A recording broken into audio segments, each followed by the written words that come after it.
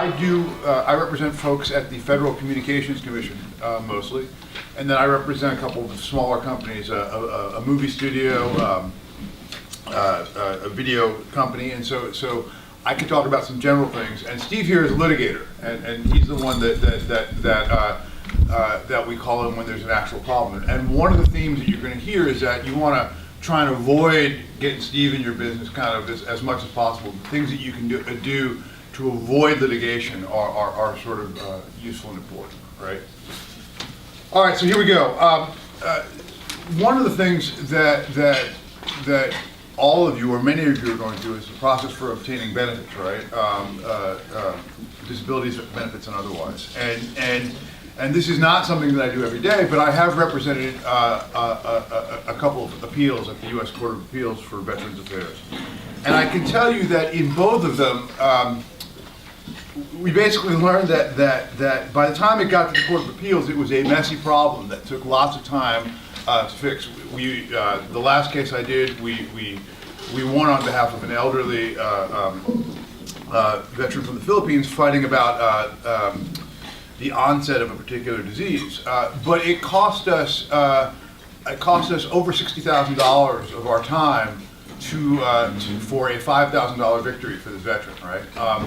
And it was all something that could have very easily been fixed if there had been a little bit of help at the beginning, in terms of filling out the form properly, sending the thing to the right place, those sorts of things. So although lawyers are not typically welcome at the beginning of the process, it may nonetheless be a useful thing if you have questions to have somebody sort of look at it. You know, one of the things we do, we have an administrative practice, and part of what we do is fill out forms for a living, right? So sort of everything that you guys are going to be doing is kind of setting up a company, right? And one of the questions we always get asked is, you know, why don't I just go on the internet and use one of those internet legal services to set up my company? And usually the answer is, well, if you're doing something really, really simple, that's fine. If, for example, you are setting up your own company and there's sort of nobody else involved, you know, you just get a form and there's no problem. Where actual real live legal counsel can help is helping you kind of anticipate things that get a little bit more complicated. So, for example, if you want to set up a company with your brother-in-law, it is probably a useful thing to think of what happens if your brother-in-law is no longer your brother-in-law. And kind of how are things going to work? And again, it is very much worth trying to think through these questions before your brother-in-law doesn't become your brother-in-law anymore than after the case, right?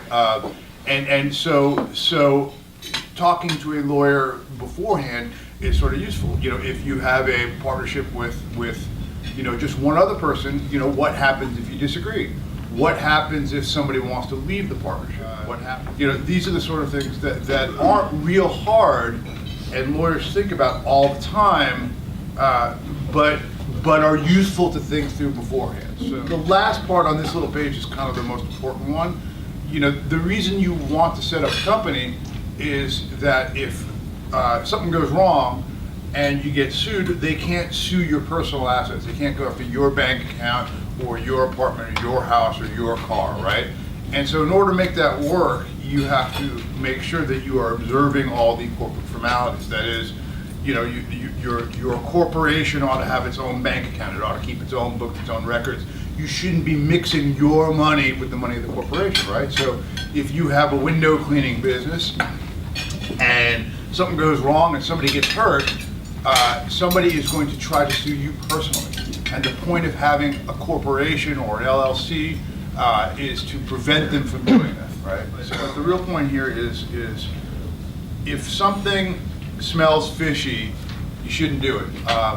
No matter how good your lawyer is or how much paper you get. And there are a lot of stories about folks who one member of the partnership is eligible for certain benefits, the other member is not, attempting to use shell games for the non-eligible person to get certain benefits. Again, if your brother-in-law comes to you saying, boy, I got a great idea and I need to use you to get these benefits, this is probably something that ought to sort of set up a red flag. And the difference between good legal help and bad legal help is good legal help will sort of help you figure that out bad legal help will help you try and get around it so that you can do this thing that's going to get you in trouble, right? The potential trouble that you can get into, and this is where I get involved and have been involved in cases, is you face not only civil liability but criminal liability as well.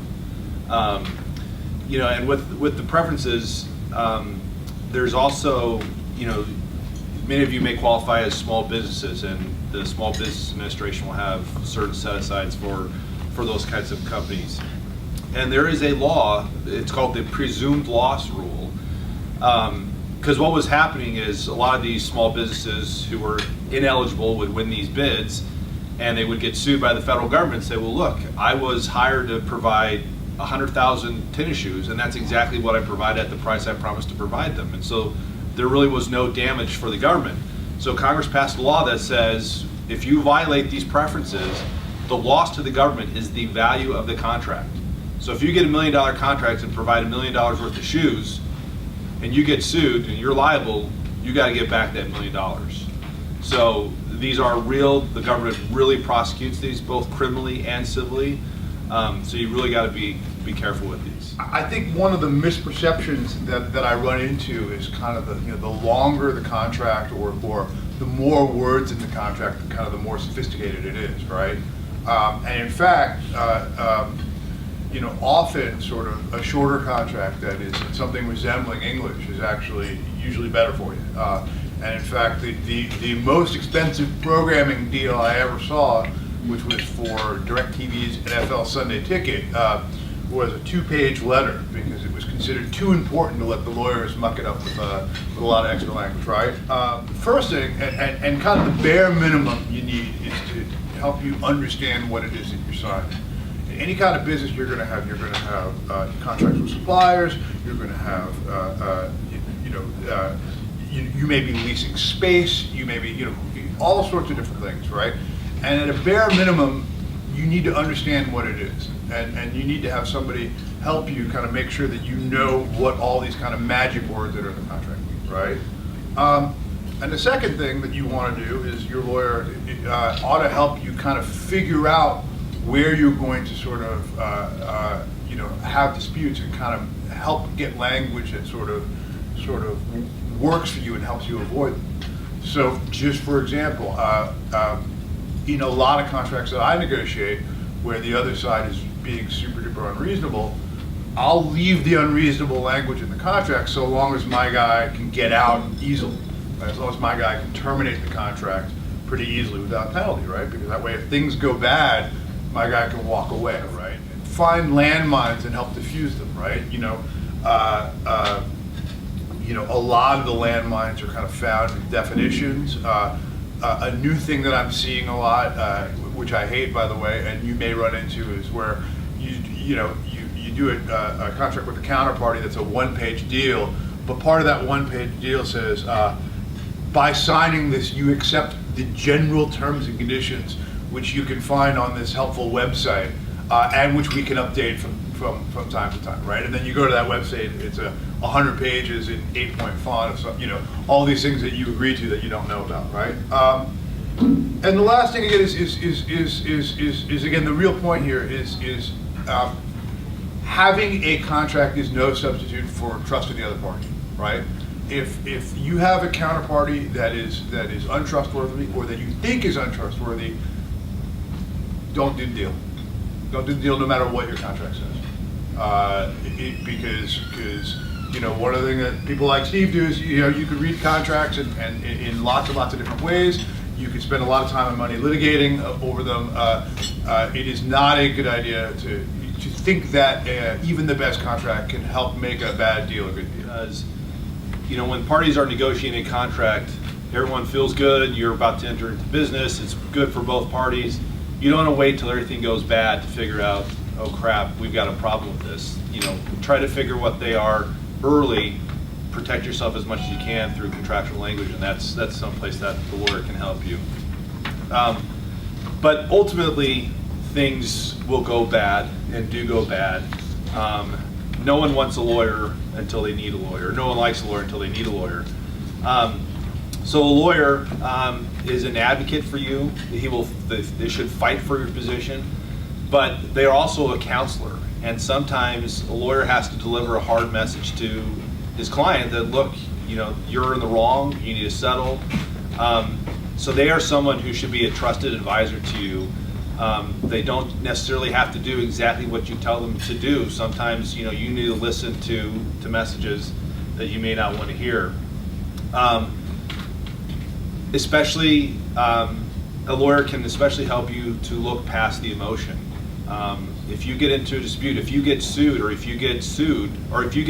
sue somebody, you're probably pretty fired up and you're angry at them, and you've got to look past that and think of things sort of in more economic dollar sense. You've got to think what's best for your business and not make it personal, and a lawyer can help you do that. It does not make sense to spend $100,000 litigating a case when you could sell it for $5,000. Even though you may be completely in the right, the guy's wrong, he's taking advantage of you, you've got to think non-emotionally and make some rational decisions, and that's somewhere that a lawyer can help you. Beware of sunshine about your legal positions. Lawyers get paid in most cases by the hour, and this is one of the strange things about the law, is that a lawyer's incentive really is to kind of continue the case, because as long as the case continues, they continue to get paid. And so if a lawyer's telling you, like, look, yeah, we can win, we're going to fight this, have some skepticism, push them, ask them questions to make sure that you understand the positions that they're taking. There are a lot of lawyers who will do alternate fee arrangements. So don't ever go to a lawyer thinking like, I've got to pay this guy's hourly rate. A lot of lawyers will do alternate ways. It can, if you're the plaintiff, it can be a contingency case. They get a percentage of whatever you recover. They could say, look, we'll do it for a flat fee. I will take your case and I will charge you no more than $25,000. So there are alternatives to the hourly rate, and if you need a lawyer, you should ask your lawyer what those might be.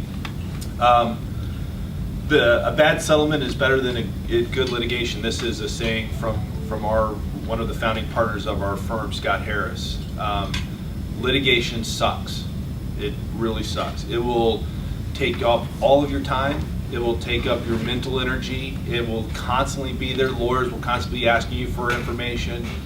You will be surprised at how distracting litigation can be. And look, your business will suffer because your attention is going to be drawn to litigation. And so, sometimes it's just better to just lesson learned, settle the case, and move on. A lot of questions we get is, how do you find a lawyer? A lot of people, do they still have the yellow pages? I don't know if they have the yellow pages anymore, do they? We'll just flip open and look for a lawyer. That is one way to find a lawyer. But if you know somebody who knows a lawyer, a lot of times you go through referrals, ask somebody who they've worked with. In our experience, is a better way to find a lawyer than simply opening up the yellow pages or searching the internet.